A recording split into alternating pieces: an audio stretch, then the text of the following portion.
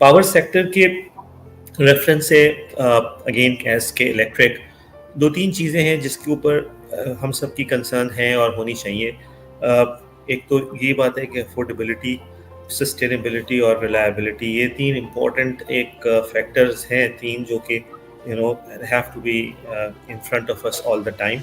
और अफोर्डेबिलिटी का जो ताल्लुक है वो to a larger extent on the government of Pakistan's decision होता है, because the tariff which is set for the citizens of Pakistan is set by the government of Pakistan। और उसके अंदर मैं थोड़ी कोशिश करूँगा अपनी बात पे उस पर टच अपॉन करने की। जहाँ तक रिन्यूएबल्स का ताल्लुक है, हमने इस बात का एहसास तो पहले से था, और हमने आई थिंक तकरीबन 2.5 साल पहले अपनी जो अप्रूवल्स थी वो फाइल की थी कि हमें सोलर और विंड से बिजली बनाने की इजाज़त दी जाए। बीइंग अ रेगुलेटेड एंटिटी, मैं सबको ये बताना चाहूँगा जो इसमें मौजूद है कि प्लान हम कितना भी अच्छा करें, कोई भी करें, लेकिन it has to be approved by the regulator. बिजली चाहे हम 3 रुपए की बनाएं या 30 रुपए की बनाएं, ये नहीं हो सकता कि हम बगैर किसी से पूछे वो प्लांट्स लगा लें या हम किसी आईपीपी से कोई कॉन्ट्रैक्ट कर लें। सो अब जो कॉन्सेप्ट है पावर एडिशन का इन रिन्यूएबल्स, वो है थ्रू कॉम्पैक्टिव बिडिंग। इसका सारा प्रोसेस जो कि 2-2.5 साल पहले स्टार्ट हुआ था, अल्हम्दुलिल्लाह today we have given advertisements on pre qualification. कुछ पे और कहीं पे हमने बिडिंग के लिए ऑलरेडी कह दिया है। We have conducted pre bid conference also of almost 640 megawatts of renewables, जिसमें कि सोलर ज़्यादा है, मगर एक ऐसा प्रोजेक्ट भी है जो हाइब्रिड है, which is solar and wind. इंशाल्लाह हमारी एक्सपेक्टेशन ये है कि हम अगले जो भी प्रोसेस रन होगा, जिसमें कि ऑब्वियसली लोग as we speak they are trying to secure financing, उसके बाद वो हमारे पास अपनी एक बिड जमा कराएंगे, फिर हमें नेफ्रा के पास दोबारा से वो पूरा प्रोसेस लेके जाना होगा, and the successful bidder then has to come up with that project. मुझे ऐसा लगता है कि आज से कोई 2 से 2.5 साल में हमें इनसे इलेक्ट्रॉन्स आना शुरू हो जाएंगे।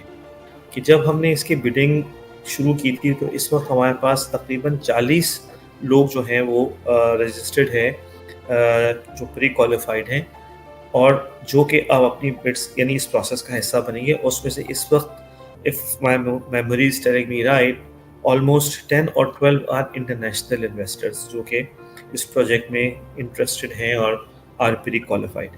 सो दिस इज़ पार्ट ऑफ एक स्ट्रैटेजी। हमने एक विजन रखा था कि हम 2030 तक, between another 6 years from today, we will have 30% energy to be served by renewables.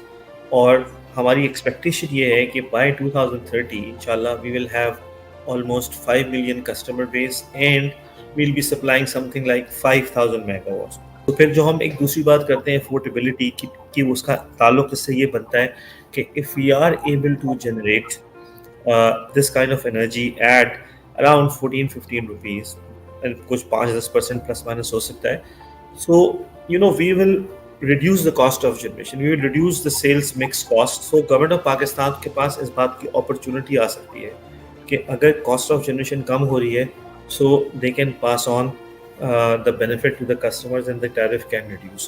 so ये जो हम अफोर्डेबिलिटी की जब हम बात करते हैं, तो हमारी एक्सपेक्टेशन ये है कि it is going to help us to help the government to reduce tariff if it is possible। या ये हो सकता है कि खुदा न खास्ता टैरिफ इंक्रीज होना हो, लेकिन अगर आप एक चीपर इलेक्ट्रिसिटी सिस्टम में ऐड कर देंगे तो शायद उसका जो इंक्रीज है वो उस मैग्नीट्यूड का ना हो जो अदरवाइज होता अगर ये पावर ऐड ना होती।